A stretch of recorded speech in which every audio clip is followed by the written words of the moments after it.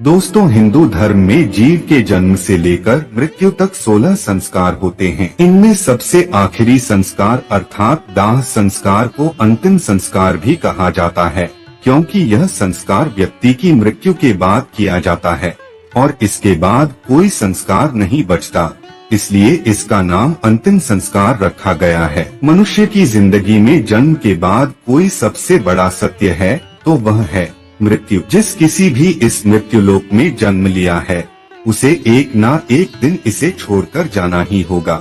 जो व्यक्ति इस सत्य को समय रहते समझ जाता है वह अपने मरने के बाद मोक्ष पाने का प्रयास करता है। दोस्तों, मरने के बाद भी कुछ कर्म ऐसे हैं जो अगर मृतक के परिवार द्वारा विधि पूर्वक किए जाएं तो मृतक की आत्मा को मुक्ति मिलती है। इन्हीं विधि में से एक है मृत व्यक्ति के अंतिम संस्कार के समय किए जाने वाली कपाल क्रिया। आइए पहले जान लेते हैं कि यह कपाल क्रिया होती क्या है और इसे कब किया जाता है। मृत व्यक्ति के शरीर को जलाते समय मृतक के सिर पर 3 बार डंडा मारकर इसे फोड़ा जाता है। इसी को कपाल क्रिया कहते हैं। यह अंतिम संस्कार का महत्वपूर्ण हिस्सा है। इसके बाद ही शव पंचतत्व में विलीन हो जाता है। हिंदू धर्म में अंतिम संस्कार में इस क्रिया को करना अनिवार्य होता है। यदि इस क्रिया को सही से संपन्न नहीं किया गया तो मरने वाले व्यक्ति की आत्मा को शांति नहीं मिलती। लेकिन क्या आप जानते हैं कि ऐसा क्यों किया जाता है और चिता में शव के सिर पर डंडा मारने का हमारे ग्रंथों में क्या महत्व है? शास्त्रों के मुताबिक ऐसा करने से मरने वाले की आत्मा को शांति मिलती है, मगर इसके अलावा एक और वजह है जिसके चलते ऐसा किया जाता है। तो क्या है इसका कारण, आइए जानते हैं इस वीडियो में। दोस्तों, गरुड़ पुराण के 10वें अध्याय में दाह संस्कार क्रिया का विस्तार से वर्णन किया गया है। इसी अध्याय में शव के कपाल पर प्रहार करने की प्रक्रिया से जुड़े कई और धार्मिक तथ्यों का भी वर्णन किया गया है। गरुड़ पुराण में मनुष्य के अंतिम संस्कार को लेकर एक निश्चित विधि विधान का वर्णन मिलता है, जिसका पालन हिंदू धर्म में किसी भी व्यक्ति के अंतिम संस्कार के समय होता ही है। गरुड़ पुराण के अनुसार मृत्यु के पश्चात अंतिम संस्कार के समय शव को मुखाग्नि दिए जाने के बाद बांस के डंडे पर एक लोटा बांधकर शव के सिर पर घी डाला जाता है। ऐसा इसलिए किया जाता है ताकि अग्निदह के समय शव का सिर अच्छे से जल सके। इसके पीछे का एक कारण यह भी है कि मनुष्य के सिर की हड्डी बाकी अंगों की अपेक्षा ज्यादा मजबूत होती है, इसीलिए उसे अच्छे से अग्नि में जलाने के उद्देश्य से ही शव की खोपड़ी पर ये घी डाला जाता है। अब प्रश्न यह उठता है कि शव के कपाल को पूर्ण रूप से नष्ट करना क्यों आवश्यक है? वास्तव में इसे करने के पीछे का कारण भी गरुड़ पुराण में वर्णित है। गरुड़ पुराण के अनुसार सिर के ऊपरी हिस्से को ब्रह्मरंध्र कहा जाता है। मरने के बाद जिन व्यक्तियों की आत्मा सर के ऊपरी हिस्से से निकलती है उन्हें मोक्ष प्राप्त होता है।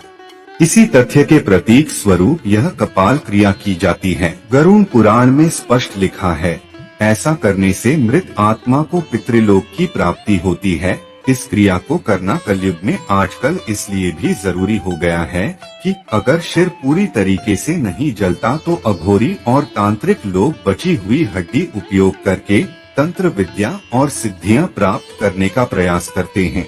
इसके लिए वे आत्मा को अपने वश में करते हैं।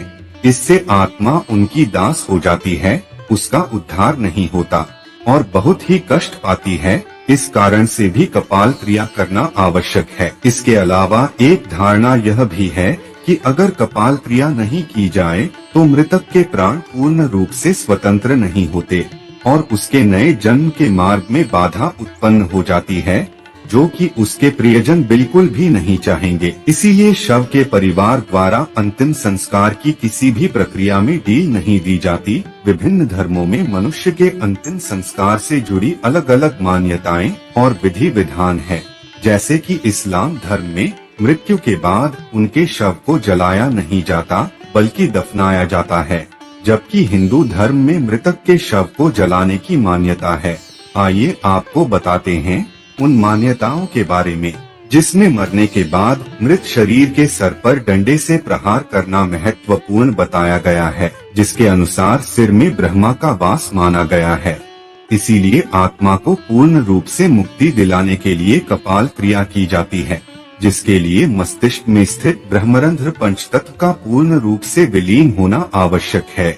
इसीलिए कपाल क्रिया को अंतिम संस्कार की प्रक्रिया में बहुत ही महत्वपूर्ण माना गया है। कपाल क्रिया को समझने के लिए हमें शरीर और इसमें मौजूद 7 चक्रों से जुड़े पहलुओं को जानना भी आवश्यक है, जिसमें मूलाधार, स्वाधिष्ठान, मणिपुर, अनाहत, विशुद्धि, आज्ञा चक्र और सहस्रार चक्र शामिल हैं। इनमें से सहस्त्रार चक्र को कपाल क्रिया से सीधा जुड़ा हुआ माना जाता है। सहस्त्रार अर्थात मस्तिष्क का मध्य भाग। इसे आप इस तरह भी समझ सकते हैं कि यह मस्तिष्क का वो हिस्सा होता है जहाँ चोटी अर्थात शिखा रखी जाती है। यदि व्यक्ति यम नियम का पालन करते हुए इस चक्र तक पहुँच गया है तो वह आनंदमय शरीर में स्थित हो गया है। ऐसे व्यक्ति को इस संसार और सिद्धियों से कोई मतलब नहीं रहता।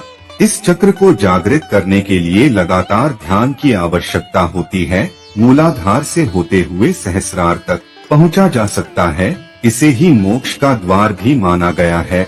वास्तव में धर्म शास्त्रों के अनुसार जब मनुष्य की मृत्यु होती है तब आत्मा उसी चक्र से शरीर को छोड़ती है, जिस चक्र के आसपास हमारा संपूर्ण जीवन व्यतीत हुआ हो। मरते समय आत्मा शरीर के किस द्वार से निकलती है? दोस्तों, अगर किसी व्यक्ति की मृत्यु के दौरान अपने आप मस्तिष्क फट जाए तो मतलब साफ है कि वह साधारण व्यक्ति तो बिल्कुल भी नहीं रहा होगा और वह निश्चित ही मोक्ष प्राप्त करने वाला है।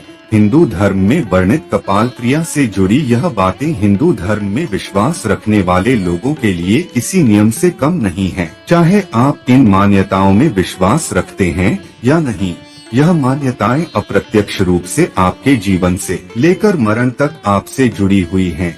दोस्तों, आशा करते हैं कि आपको हमारी यह कोशिश पसंद आई होगी। अगर हमारा प्रयास सफल रहा हो तो प्लीज वीडियो को लाइक कीजिए और ऐसे ही वीडियोस को देखने के लिए हमारे चैनल को सब्सक्राइब कर लीजिए। आइए मिलते हैं अगली वीडियो में।